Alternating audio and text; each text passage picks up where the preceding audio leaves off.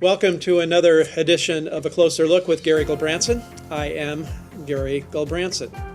One of the toughest questions that I deal with, and it's not a generational question, so it's not just a particular age group that asks this question, but it's a question that talks about the validity and the viability of going to church.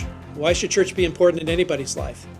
And I've got some good answers. I don't believe that God created us to live out this faith experience on our own. In fact, I think if we try to do it all by ourselves, we are going to position ourselves for a life of loneliness. God built us for relationship. In fact, there are images that God gives us in the New Testament of what the church is all about, and they're all relational images. Think about it this way. The church is first and foremost the people of God. People who are identified by God Himself. They have a relationship with Him. He begins to bring His character to bear on their individual lives and what they share together.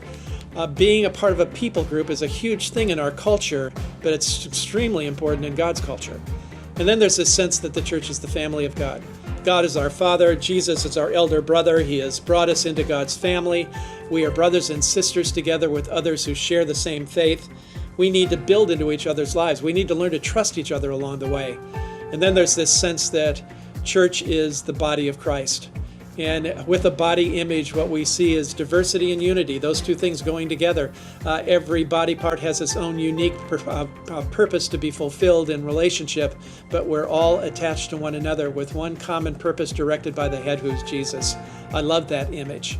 And then there's the church as the temple of God, which is perhaps one of my favorites, because it's a sense that each one of us is a living stone connected to other stones to build a building where God is worshipped.